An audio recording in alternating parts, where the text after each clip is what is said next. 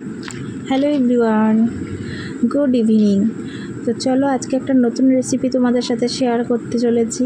তো দেখতে থাকো পুরো ভিডিওটা, কেমন লাগে অবশ্যই কমেন্টে জানিও। দেখো তৈরি করেছি হচ্ছে আলু কাবলি।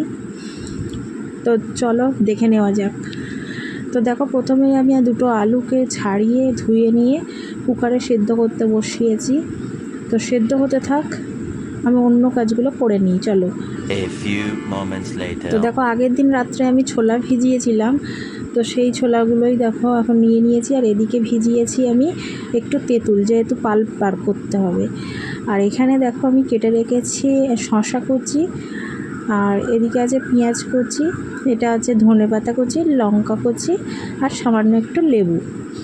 তো প্রথমেই ভেবেছিলাম যে পুরো ছোলাটা নিয়েই করব। তো দাদাভাই বললো যে না, ওর শরীরটা ভালো নয়, সেই জন্য খাবে না। তো এই জন্য অল্প করেই নিয়েছি। তো ছোলার মধ্যে দেখো আমি দিয়ে দিলাম কাঁচা লঙ্কা কুচিগুলো। দিয়ে এবার আমি দিয়ে দেবো পেঁয়াজ কুচিগুলো। তো পেঁয়াজ কুচিগুলো দিয়ে পুরোটাই আমি দিয়ে দেবো।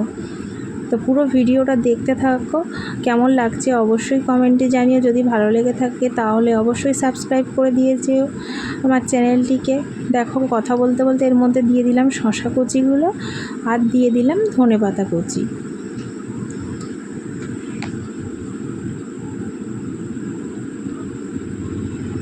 এটা সন্ধ্যাবেলার মানে টিফিনের পক্ষে একদম জাস্ট ওয়াও,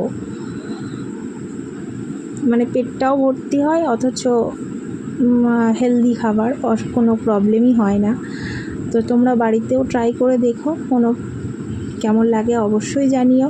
তো দেখো ধনেপাতা তো দিয়ে দিলাম কথা বলতে বলতে। এবারে দিয়ে দেবো আমি সেদ্ধ করে রাখা, কেটে নিয়েছি আলুগুলোকে, নিয়ে দিয়ে দিয়েছি। তো তার মধ্যেই আমি দিয়ে দিলাম দেখো বিট লবণ আর একটু জিরের গুঁড়ো, আর দেখো দিয়ে দেবো তেঁতুলের পাল্প। যে যেমন টক পছন্দ করো সে সেমভাবেই দেবে। আমি মোটামুটি দিয়েইছি ভালো রকম। ঝালটাও অপশনাল, যে যেরকম ঝাল পছন্দ করো সেরকম দেবে। আর দেখো আমি দিয়ে দিলাম অল্প করে একটু লেবুর রস। তো পুরো ভিডিওটা দেখতে দেখতে কার কার জিভে জল চলে এলো অবশ্যই বলো। আমি তো ভিডিওটা এডিট করতে করতে আবার জিভে জল চলে আসছে, মনে হচ্ছে আবার বানাই আবার খাই। তো চলো ফাইনালি রেজাল্টটা দেখো। এই হলো আমার ফাইনাল রেজাল্ট। তো তোমাদের দাদাভাই তো খুব মিস করে গেছে, আমি খেলাম। তো কেমন লাগছে অবশ্যই জানিও। টাটা, আজকের মতো এখানেই শেষ করছি।